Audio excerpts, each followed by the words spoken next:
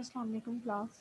Chapter number 4 یعنی کہ demand یا طلب والا جو چیپٹر ہے اس کی آج ہم آبجیکٹیو ڈسکس کریں گے اور 1 بائی 1 MCQs ڈسکس کرنے سے آپ کے انشاءاللہ طلب کے جو کنسیپٹ ہیں وہ بالکل کلیئر ہو جائیں گے.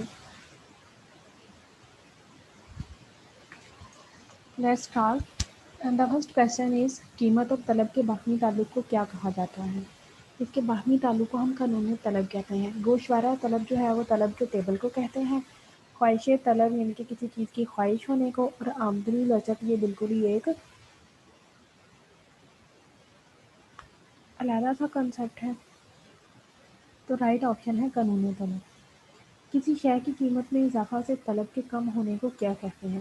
آپ کو پتہ ہے کہ طلب کا پھیلنا اور طلب کا سکڑنا اور طلب کا بڑھنا اور گرنا یہ جو ہے نا وہ کچھ مختلف چیزیں تھیں.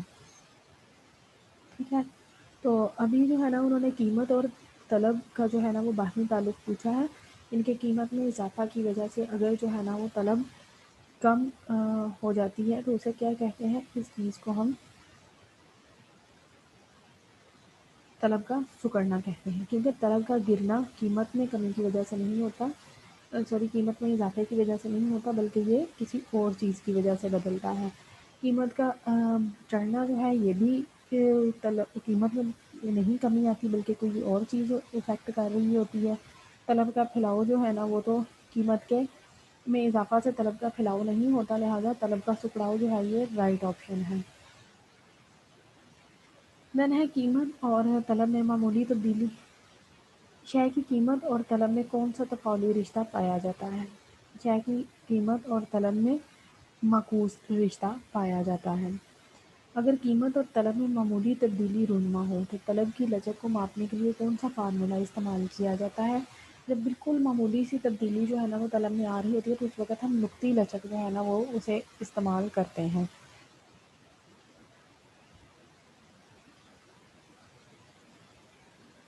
درج ذیل میں سے طلب کی تفاعلی مساوات کی نشاندہی کریں. طلب کا اور قیمت کا معکوس رشتہ ہے، اس لیے کوانٹٹی ڈیمانڈ اور پرائس جہاں پر نیگیٹو ہوں گے وہاں پر جو ہے نا اس کی تفاعلی مساوات ہوگی. نمبر 1 پہ جو آپشن ہے وہاں پر +5p ہے، لہٰذا قیمت اور مقدار جو ہے اس میں پازیٹیو ریلیشن نہیں ہو سکتا، اس لیے یہ آنسر نہیں ہو سکتا.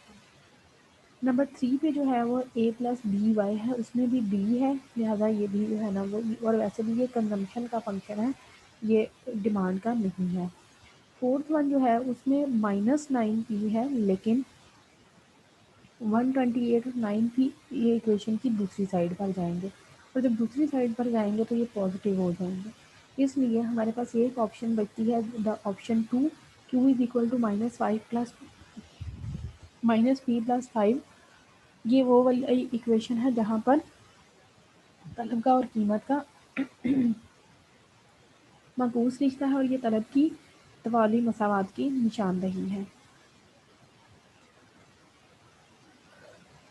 اگر قیمت میں 5% تبدیلی کے پیش نظر طلب میں 10% تبدیلی واقع ہو جائے تو طلب کی لچک کیا ہوگی؟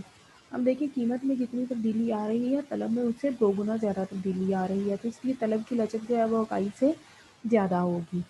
خط طلب کی منتقلی کس صورت میں واقع ہے؟ یعنی کہ خط طلب ایک جگہ سے دوسری جگہ منتقل کیوں ہوتا ہے؟ رسم و رواج میں تبدیلی، آمدنی میں تبدیلی، قیمت میں تبدیلی. رسم و رواج اور آمدنی دونوں میں تبدیلی آئے تو خط طلب منتقل ہو جاتا ہے، قیمت میں تبدیلی آئے تو خط طلب صرف حرکت کرتا ہے.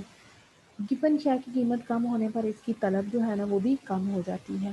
طلب کی لچک کا جو فارمولا تھا E=change in Q/Q and divided by the change in P/P، یہ کس نے پیش کیا تھا؟ یہ الفریڈ مارشل نے پیش کیا تھا. جن اشیاء کے قریبی نعم البدل سستے دستیاب ہوں ان کی طلب کی لچک کیا ہوتی ہے؟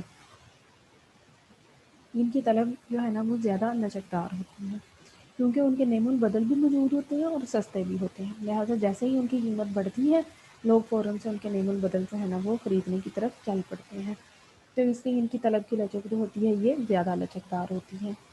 کس شے کی طلب کی لچک اکائی سے زیادہ ہوگی؟ نمک، گھی اور آٹا یہ بیسک نیسیسٹیز ہیں، ان کی طلب کی لچک اکائی سے زیادہ نہیں ہوگی. اسکوٹر جو ہے یہ لگژری میں آتا ہے، لہٰذا اسکوٹر کی جو ہے طلب کی لچک یہ اکائی سے زیادہ ہوگی. اگر شے کی قیمت کم و بیش ہونے پر صارف کے کل اخراجات برابر رہیں تو طلب کی لچک کیا ہو جاتی ہے؟ اکائی سے زیادہ، اکائی کے برابر، اکائی سے کم یا لامحدود، تو یہ اکائی کے برابر ہو جاتی ہے۔ قیمت بڑھنے پر اگر کل خرچ بھی بڑھ جائے تو طلب کی لچک کی نوعیت کیا ہوگی؟ یہ اکائی سے کم ہوگی۔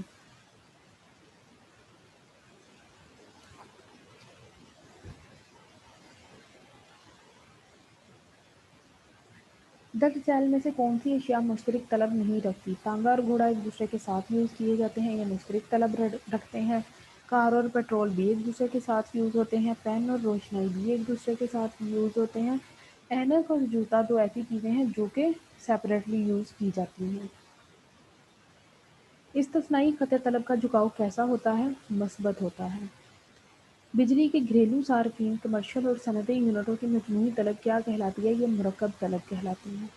شے کی قیمت میں کمی کے باوجود اگر شے کی طلب پہلے جتنی ہو تو اسے ہم کیا کہیں گے؟ طلب کا گرنا کہتے ہیں اسے۔ جن اشیاء کا استعمال ملتوی کیا جا سکے ان کی طلب زیادہ لچکدار ہوتی ہے۔ طلب کی کوسی لچک کا فارمولا ایلن نے پیش کیا تھا۔ خط طلب کا جھکاؤ کس طرح کا ہوتا ہے؟ منفی ہوتا ہے۔ قانون طلب کی بنیاد جو ہے وہ قانون تکمیل افادہ مقتدم پر رکھی گئی تھی یا قانون استبدال پر رکھی گئی تھی؟ نہیں، قانون استبدال جو ہے یہ قانون مساوی افادہ مقتدم کو کہتے ہیں، لیکن قانون طلب کی بنیاد جو تھی یہ قانون تکمیل افادہ مقتدم پر رکھی گئی ہے۔ بنیادی ضروریات کی طلب جو ہے وہ کم لچکدار ہوتی ہے۔ طلب کے بڑھنے اور گھٹنے کی وجہ سے کیا وجہ ہوتی ہے؟ اس میں آمدنی میں تبدیلی، فیشن میں تبدیلی یا آبادی میں تبدیلی، یہ تینوں چیزیں ہی اگر چینج ہوں تو طلب میں بھی جو ہے نا وہ تبدیلی آ سکتی ہے۔ نہایت سستی اشیاء کی طلب جو ہے وہ کم لچکدار ہوتی ہے۔ غیر لچکدار خط طلب عمودی ہوتا ہے، ٹھیک ہے، یعنی کہ بائی ایکسس کے پیرالل ہوتا ہے۔ طلب کے پھیلنے کی وجہ کیا ہوتی ہے؟ قیمت ہوتی ہے۔ ضیاء پذیر شے کی قیمت تبدیل ہونے کی وجہ کیا ہوتی ہے؟ طلب ہوتی ہے۔ جب طلب میں کمی قیمت میں اضافہ کی وجہ سے ہو تو یہ طلب کا سکڑنا کہلاتی ہے۔ نقطی لچک کی پیمائش کا فارمولا پروفیسر ایلن نے پیش کیا تھا۔ جلد گٹ سڑ جانے والی اشیاء جو ہیں وہ ضیاء پذیر اشیاء ہوتی ہیں۔ کسی شے کی طلب سے کیا مراد ہے؟ اس کی خواہش بھی ہو اور اس کو خریدنے کی طاقت بھی ہو۔ متبادل اشیاء کی موجودگی سے طلب کی لچک جو ہے نا وہ بڑھ جاتی ہے۔ ٹیکس لگانے کے لیے طلب کی لچک ہماری رہنمائی کرتی ہے۔ اگر شے کی طلب قیمت کے علاوہ دیگر عوامل کی وجہ سے بڑھتی ہے تو اسے کیا کہتے ہیں؟ اسے طلب کا بڑھنا کہتے ہیں۔ جب طلب کی کسی بھی شے کی طلب جو ہے وہ اگر قیمت کی وجہ سے جو ہے نا وہ بڑھے تو اسے طلب کا پھیلنا کہتے ہیں، لیکن اگر قیمت کے علاوہ دیگر عوامل چینج ہوں تو اسے طلب کا بڑھنا کہتے ہیں۔ قیمت اور مقدار طلب میں کون سا رشتہ پایا جاتا ہے؟ یہ معکوس رشتہ ہوتا ہے۔ اگر کسی شے کی طلب جو ہے وہ قیمت کے علاوہ دیگر عوامل کی وجہ سے بڑھتی ہے تو اسے طلب کا بڑھنا کہتے ہیں۔ اگر قیمت جو ہے وہ 9 روپے سے گر کر 8 روپے ہو جائے اور طلب 12 اکائیوں سے بڑھ کر 16 اکائیوں تک چلی جائے تو طلب کی لچک کیا ہوگی؟ دیکھیں قیمت تھی 9، 9 کو اگر 12 سے ضرب دیں گے تو کیا آنسر آئے گا ہمارے پاس؟ 108۔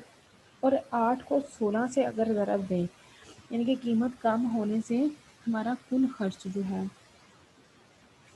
اس کو ہم دیکھیں گے، اور 8 روپے کو اگر 16 سے ضرب دیں گے تو ہمارے پاس کیا آنسر آئے گا؟ یہ آئے گا 128، ٹھیک ہے، یعنی کہ قیمت کے گرنے سے ہمارا خرچ جو ہے وہ پہلے سے بڑھ گیا ہے تو طلب کی لچک اکائی سے زیادہ ہے۔ اگر کوئی شے قریبی نعم البدر رکھتی ہو تو اس کی طلب کی لچک زیادہ لچکدار ہوگی۔ زر کی روزمرہ ضروریات کی طلب جو ہے نا وہ آمدنی کا تفاعل ہے تقسیمی۔ جب خط طلب نیچے بائیں جانب منتقل ہو تو اسے کیا کہتے ہیں؟ اسے طلب کا گرنا کہتے ہیں۔ تکمیلی اشیاء کے لیے طلب کی لچک کیا ہوتی ہے؟ منفی ہوتی ہے۔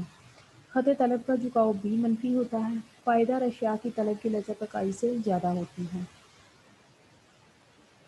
خط طلب پر حرکت سے مراد جو ہے نا وہ کیا ہے؟ طلب کا گھٹنا ہے، یعنی کہ خط طلب پر حرکت ہو رہی ہے تو طلب جو ہے نا وہ پھیل رہی ہے، طلب کی لچک بھی نہیں ہے، طلب کا بڑھنا بھی نہیں ہے، تو یہ طلب کا گھٹنا ہے۔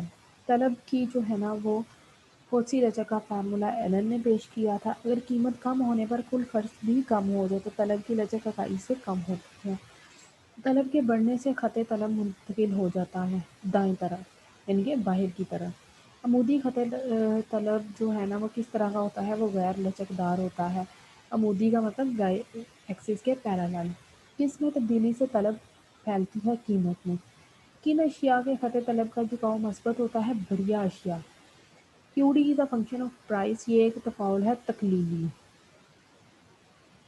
مکمل لچکدار خط طلب کس طرح کا ہوتا ہے؟ یہ افقی ہوتا ہے. خط طلب پر اوپر کی جانب حرکت جو ہے نا وہ طلب کا سکڑنا کہلاتی ہے. ٹھیک ہے، یہ تو تھا آپ کا طلب کا چیپٹر. انشاءاللہ اسی طرح ہم 1 by 1 رسد کا چیپٹر بھی کریں گے. تو آپ کو ایکچولی یہ والے لیکچر پڑھانے کا مقصد یہ ہے کہ آپ کو جو ہے نا وہ یہ اندازہ ہو کہ آپ نے MCQs میں تو لاجک جو ہے نا وہ چوز کرنے ہیں. اوکے بچوں، تھینک یو اینڈ اللہ حافظ.